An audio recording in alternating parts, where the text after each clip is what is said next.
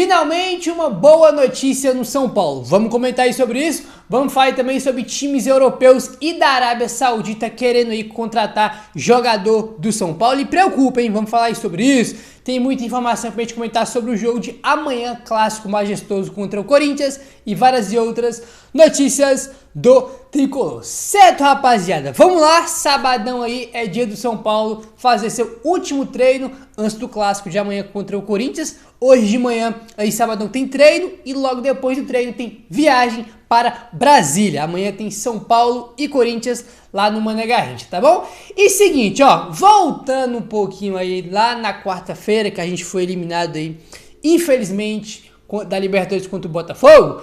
Todo mundo puto, São Paulo eliminado, Lucas perde pênalti, Caleri perde gol, perde pênalti, uma loucura, todo mundo perde a vida. E deixamos passar, tá, que o Arboleda completou 300 jogos com a camisa do São Paulo na última quarta-feira. O Arboleda é o jogador do elenco com mais tempo no clube, desde julho de 2017. Ele foi campeão paulista em 2021, da Copa do Brasil 2023 e da Supercopa Rei 2024, rapaziada. Então tá aí, cara, ele completou 300, meu irmão, 300 jogos pra camisa do São Paulo. É jogo pra cacete, cara. Desde 2017 ele tá no São Paulo aí, espetacular. O Arboleda, cara, e assim, jogando muito bem, né, cara? Ó, eu não sou fiscal de torcedor, acho que todo mundo tem direito da sua opinião, cada um tem sua opinião e tá tudo certo. Agora, o que eu ouvi de torcedor, é que o Sabino tem que se chular com o Alan Franco, o Arboleda tem que bancar. Cara, pelo amor de Deus, eu respeito a opinião de todo mundo, mas isso aí é uma insanidade. O cara joga um absurdo, ele é um monstro de zagueiro. Contra o Botafogo, jogou muito mais uma vez aí, não só ele, né, o Alan Franco também fez uma partidaça aí, e o Arboleda, cara, cada vez mais velho, cada vez tendo mais tempo aí de São Paulo, cada vez mais jogos, e parece que ele só vai melhorando, né, mais uma grande temporada dele aí, apesar que São Paulo foi eliminado, ele continua mantendo um nível muito bom, e com toda a certeza do mundo, se tem um problema que o São Paulo não tem, é na zaga, né, porque Arboleda e Alan Franco aí dão conta, e muito bem, do recado, tá bom? Lucas Moura errou o primeiro pênalti da carreira contra o Botafogo. Cara, olha só isso aqui, que loucura, cara. Isso aqui é inacreditável. Quando não é pra ser nosso, não é pra ser nosso, né? O camisa 7 teve a chance de liderar a reação tricolor, mas desperdiçou a sua cobrança de pênalti. Este foi justamente o primeiro pênalti perdido pelo meio atacante em toda a sua carreira. Cara, inacreditável isso aqui. É aquele negócio, quando não é pra ser nosso, não é pra ser nosso, né? Jogador perdendo gol na cara, a gente entrega gol. O Lucas nunca tinha perdido um pênalti na carreira dele. O primeiro que ele vai perder é logo no jogo mais importante do ano contra o Botafogo. O Lucas, tá? Lembrando que essa estatística aqui, rapaziada, é de pênaltis no tempo normal, tá? Durante os 90 minutos aí das partidas. Eu não tenho a informação se ele já perdeu o pênalti durante as cobranças de pênalti, né? Quando é uma final e vai pros pênaltis, quando é o mata-mata e vai pros pênaltis. Eu não sei se ele já perdeu, né? Quando o jogo vai pros pênaltis. Mas durante os 90 minutos ele nunca tinha perdido um pênalti, tá? Eram 13 pênaltis que ele tinha batido na carreira dele e ele tinha feito gols em 13 oportunidades, cara. 13 cobranças e 13 gols. E o primeiro que ele perdeu foi justamente contra o Botafogo. O primeiro da carreira dele, cara. Complicado. Logo no jogo contra o Botafogo. Quando não é pra ser nosso, não é pra ser nosso, né, cara? Complicado demais. Nos últimos 7 jogos, o São Paulo foi eliminado da Libertadores e da Copa do Brasil. E viu a briga pelo título do Brasileirão ficar mais distante. O aproveitamento de apenas 28% comprova essa queda. Olha só a estatística aqui, cara, que deprimente. E diz muito sobre a temporada do São Paulo ter praticamente acabado, né? Tem que buscar a vaga da Libertadores ainda, mas, pô, praticamente acabou. Quase isso aí. O Tricolor acumulou 3 derrotas, 3 empates e apenas uma vitória no período. O único resultado positivo foi contra o Cruzeiro por 1-0 no Mineirão com os reservas. Cara, olha só que loucura isso aqui. A gente teve esse período aí, né, de decisão, né, cara, aí no São Paulo, nesse último mês aí. E nesse mês de setembro, infelizmente fomos eliminados das 2 Copas. E a gente teve aí, cara, nos últimos 7 jogos, o São Paulo teve um aproveitamento de 28%. Nos últimos 7 jogos, o São Paulo só ganhou 1, tá? O São Paulo, aí nas Copas, contra o Botafogo, empatou as 2 e perdeu nos pênaltis, né? Empatou os 2. Contra o Galo, perdeu em casa e empatou o segundo jogo fora. O time ganhou do Cruzeiro, que foi a única vitória. perdeu pro Internacional e perdeu também pro Fluminense, cara. Foram os últimos 7 jogos aí do São Paulo, com apenas uma vitória em 7 jogos. Nas 2 eliminações aí, não conseguimos ganhar um jogo, tá? Daí 28% de aproveitamento nos últimos 7 jogos, né, cara? Que era o mês mais importante aí do ano, que era os mês das decisões de Libertadores e Copa do Brasil, e fomos eliminados dos 2. Eu acho que assim, cara, tem muitos fatores, né, cara, pra gente ter sido eliminado aí dessa forma nas Copas, né, e ter esse aproveitamento muito baixo, né, nesse mês de setembro aí, que foi o mês mais importante do ano. E, cara, assim, eu acho que tem 2 pontos. Se você for parar pra lá, principalmente contra o Botafogo, o que aconteceu no primeiro jogo? A gente teve, no primeiro jogo, a gente entrando com uma linha de 3 zagueiros e o meu campo do São Paulo sendo engolido, né, cara? Tipo assim, Botafogo engoliu, irmão. Comeu com farofa o meu campo do São Paulo. A verdade aí é essa, no segundo tempo melhorou e tal. Aí no jogo de volta, o nosso volante, aí que é o Luiz Gustavo, entrega o único gol que o Botafogo fez com o São Paulo. E eu acho que também, cara, tem a questão dos desfalques, né, que eu citei pra vocês, o meu campo, e a posição que o São Paulo mais tem desfalques é o meu campo. A dupla de volantes Pablo Maia e Alisson estavam fora, né, só voltam a jogar no ano que vem, e evidentemente que eles fazem uma falta colossal, cara. O meio de campo é a alma do time. O mais importante do time, irmão, é o meu campo, tá? Mas o principal, tu pode ter bons atacantes, bons zagueiros, mas se tu não tiver o meu campo bom, cara, como o São Paulo tem com o Alisson e o Pablo Maia, só que infelizmente ele está fora, a gente sofre e sofreu muito nesse período aí, né, de setembro, que foi o mês mais importante. E também, cara, acho que tem a questão do meu campo, que estava fora, que é os principais jogadores do time, né, Pablo Maia e Alisson, principalmente o Alisson, que ia fazer uma temporada espetacular, o melhor do time aí no ano. E também, cara, a má fase dos atacantes, né? São Paulo fez muitos poucos gols nos últimos jogos. Aí, cara, pô, a gente viu, né, o time perdendo 300 gols contra o Botafogo, o time muito mal, produziu muito pouco contra o Atlético Mineiro. Eu acho que teve essa junção, acho que foram os 2 principais fatores aí dessas eliminações. Foi o nosso meio campo, tá fora, que faz uma falta colossal, e o nosso atacante tá aí numa fase muito ruim, né, cara? Esse período aí de setembro, com os jogos mais importantes, era um período ali que os nossos atacantes não estavam bem, né? O Luciano, o Calero e o Lucas, os 3, vivem uma fase ruim. A pior fase deles no ano é essa, que infelizmente acabou culminando nas eliminações aí. Acho que esses aí foram os 2 principais fatores, né, cara, do São Paulo ter sido eliminado aí e ter feito um mês de setembro tão ruim, né, cara, com só 28% de aproveitamento. Acho que tem a questão do meu campo, faz uma falta colossal, e os atacantes, cara, os caras que resolvem estarem numa fase bem ruim. Acho que foram as 2, tem mais coisas, mas acho que foram as 2 situações que mais deixou a desejar nessas eliminatórias aí, tanto contra o Galo, tanto contra o Botafogo, tá bom? Rapaziada, olha que espetacular isso aqui, cara. Informação do Felipe Ruiz, tá? Do Globoesporte.com. Olha só que espetacular. Segundo o delegado da Polícia Civil, tá? A estimativa é que tinha 100 mil torcedores que estiveram na recepção ao ônibus do São Paulo antes do duelo contra o Botafogo pela Libertadores.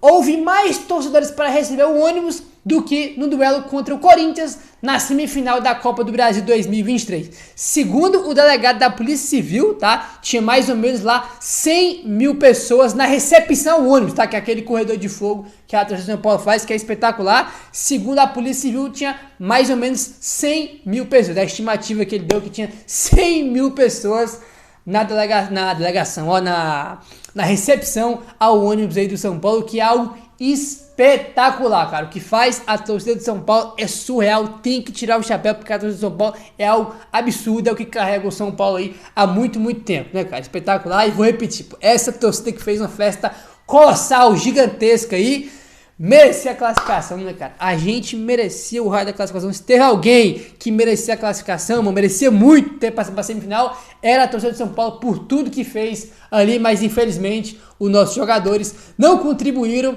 não conseguiram retribuir, né, cara, tudo que a torcida fez aí. Infelizmente, cara, vai doer muito essa eliminação aí contra o Botafogo, porque a torcida merecia e muito essa classificação, né, cara? Complicado aí demais. Ó, amanhã tem clássico contra o Corinthians e tem uma quebra aí, o Zubeldia tem um tabuzinho pra ele quebrar, olha aí.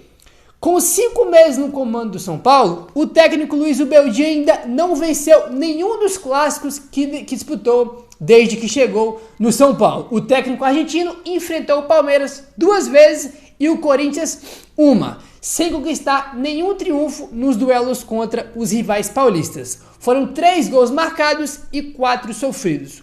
O primeiro clássico foi logo no segundo jogo de Zubeldia, à frente do comando do São Paulo, no dia 29 de abril contra o Palmeiras no Morumbi. Em duelo equilibrado, mas com muita pressão do São Paulo, o Choque Rei acabou empatado em 0-0. No primeiro confronto contra o Corinthians, na arena adversária, um jogão que também terminou empatado em 2-2.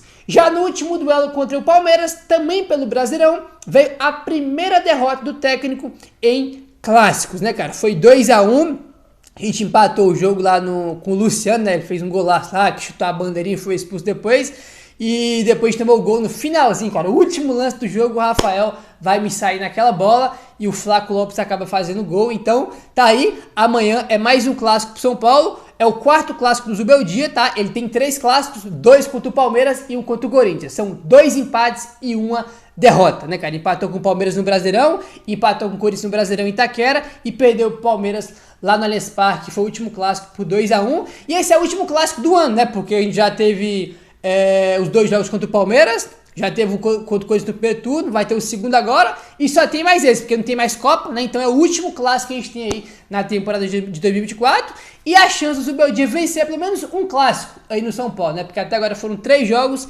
e nenhuma vitória, né? 2 empates e também uma derrota aí, cara. Então torcer pro Zubeldia, né, cara? Pro São Paulo vencer aí o clássico e consequentemente, né, o São Paulo aí sair com uma vitória que vai ser muito importante aí para o São Paulo. Certo, meu parceiro? Vamos avançando agora, rapaziada. É o seguinte, ó, comentamos com vocês ontem, né, sobre times aí europeus interessados na contratação do Henrique Carmo, né, joia aí, né, jovem promessa do São Paulo, que acabou de subir profissional tem pouco tempo, e tá aí a informação que eu trouxe, ó. Grande promessa do São Paulo, o jovem Henrique Carmo, de 17 anos, virou alvo de times da Europa e de outras ligas do exterior. Comentamos aí sobre o PSV, né, da Holanda, e o Everton, né, que já demonstraram aí interesse em contratar o jogador, tá? E tem também times da Arábia Saudita interessados no jogador, tá? O Al-Qazia, tá? Al-Qazia, acho que é assim que se pronuncia, Al-Qazia, acho que é assim que se pronuncia o nome desse time da Arábia Saudita, né? Foi outro clube que fez uma sondagem, tá? Pelo jogador aí, além de uma equipe de Portugal, qual o nome foi mantido em sigilo. O contrato do Henrique com São Paulo vai até dezembro de 2025. Aí que tá o problema. Tá? A partir do meio do ano que vem já vai poder estar um pré-contrato com outro time e já tem uma porrada de time aí, tanto europeu e da Arábia, de Portugal aí, interessados no jogador. Olha só outro ponto aqui que o UOL traz que é importante, olha só. Em julho, o São Paulo recusou uma proposta de 10 milhões de euros do Shakhtar Donetsk, tá? O São Paulo recusou uma proposta de 10 milhões de euros pelo Henrique Carmo. É aquela questão que eu comento com vocês, cara. O Henrique Carmo e o William Gomes são 2 jogadores aí muito promissores. Os caras, destruíram na base. São 2 jogadores que chamam muita atenção e que têm um potencial gigantesco. Eles são tão talentosos, tem tanta expectativa neles, que em julho, cara, ele nem tava no profissional ainda, ele tava jogando na base e o São Paulo recebeu a proposta de 10 milhões de euros pro jogador que tá na base. Vocês têm ideia que loucura é essa aí? Se eu não me engano, cara, o Gabriel Sara, ele foi vendido por, eu não vou me lembrar agora, mas foi algo próximo disso, tá? Foi 59 milhões, né? No real aí 60 milhões, dá mais ou menos aí 10 milhões de euros, né? Ou foi de libras, né? Porque ele tinha ido pra Inglaterra, pro Norte. Foi mais ou menos, cara, esse valor aqui foi mais ou menos que o São Paulo vendeu o Gabriel Sara, por exemplo, né? Que já tava jogando muito tempo no time profissional do São Paulo e foi vendido. O Henrique Carmo tava na base em julho e o São Paulo recebeu a proposta de 10 milhões de euros por ele. É aquele negócio que a gente comenta. Os 2 são muito promissores aí. O São Paulo que renova o contrato dele pra ontem, né, cara? Porque tem muito time interessado. Aí, tu já imaginou o São Paulo recusar uma proposta de 10 milhões de euros por ele e depois, no ano seguinte, perder o moleque de graça? Vou até bater na mesa aqui, pelo amor de Deus, né? O São Paulo que renova o contrato dele logo, porque não pode perder esse moleque de graça de jeito nenhum, cara. Até pela proposta que já recusou, muitos times aí de fora interessados. Então tem que renovar com o moleque aí pra ontem, cara. Pra ontem. Aí teve até informação que o Alexander Vieira trouxe que o São Paulo estava esperando ele completar os 18 anos para poder aí, renovar o contrato dele, né? Enfim, vamos aguardar essa renovação aí, porque olha, é perigoso isso aí, tá bom? Olha aí, rapaziada, informação do Alexander Vieira, finalmente uma boa notícia no São Paulo, olha aí.